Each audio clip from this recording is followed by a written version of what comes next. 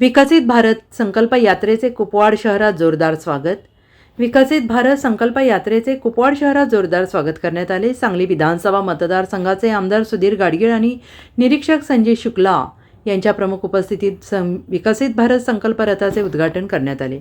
यावेळी भाजपाचे शहर जिल्हाध्यक्ष प्रकाश ढंग, पश्चिम महाराष्ट्र लोकसभा प्रमुख शेखर इनामदार, उपायुक्त स्मृती पाटील, उपायुक्त वैभव साबळे, माजी उपमहापौर मोहन जाधव, माजी नगरसेवक राजेंद्र कुंभार, माजी नगरसेविका कल्पना कोळेकर, सहाय्यक आयुक्त मानसिंग पाटील, सचिन सगावकर, वैद्यकीय आरोग्य अधिकारी डॉक्टर वैभव पाटील, डॉक्टर रवींद्र ताटे, नगर अभियंता भगवान पांडव, सिस्टीम मॅनेजर नकुल जकाते, जनसंपर्क अधिकारी धनंजय हर्षद, वरिष्ठ स्वच्छता निरीक्षक अनिल पाटील यांच्यासह मनपा अधिकारी कर्मचारी उपस्थित होते. यावेळी विकसित भारत संकल्प यात्रेची शपथ सर्वांना देण्यात आली.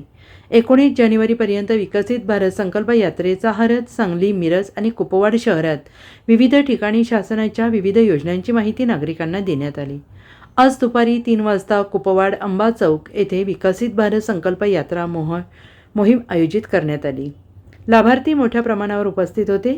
माननीय सह आयुक्त मानसिंग पाटील, भाजप ज्येष्ठ नेते श्रीकांत शिंदे यांच्या मान्यवरांच्या हस्ते विकसित भारत संकल्प यात्रा मोहिमेचे उद्घाटन करण्यात आले.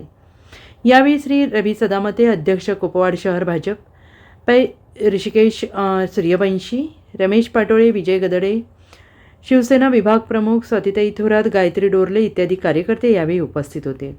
उद्या दिनांक 13/1/2024 रोजी सकाळी 9 वाजता ते 11 वाजता यावेळेस सांगलीवाडी येथील गावठण भागात, तर दुपारी 3 ते 5 वाजता झुलेलाल चौक सांगली येथे विकसित भारत संकल्प यात्रा मोहीम आयोजित करण्यात येणार आहे. लाभार्थी आणि मोठ्या प्रमाणावर उपस्थित राहावे असे आवाहन माननीय आयुक्त तथा प्रशासक श्री सुनील पवार यांनी केलेलं आहे. आज विकसित भारत संकल्प यात्रा आलेली आहे. या निमित्तानं या ठिकाणी उपस्थित असलेले या जिल्ह्याचे नोडल ऑफिसर जे शुक्ला साहेब आहेत, जे कांडला बंदर म्हणजे गुजरातमधून आलेले आहेत, त्यांच्यावर या सांगली जिल्ह्याची जबाबदारी दिली आहे. आमचे नेते शेखरजी नामदार, प्रकाशजी ढंग, श्रीकांत तात्या, सर्व नगरसेवक, चित्रताई पाटील व सर्व महापालिके अधिकारी कर्मचारी बंधुवाडी बघितले. 2014 सालापासून पंतप्रधान नरेंद्र मोदी यांनी अंत्योदय भारत म्हणजे आमच्या दीनदयाळ उपाध्यायांचं स्वप्न होतं की शेवटच्या माणसापर्यंत सगळे लाभ गेले पाहिजेत. नवीन वस्तू घोषणा व्हायची, गरीब हटाव, हे हटाव, ते हटाव, पण त्याशिवाय कुठलंही काम झालं नाही.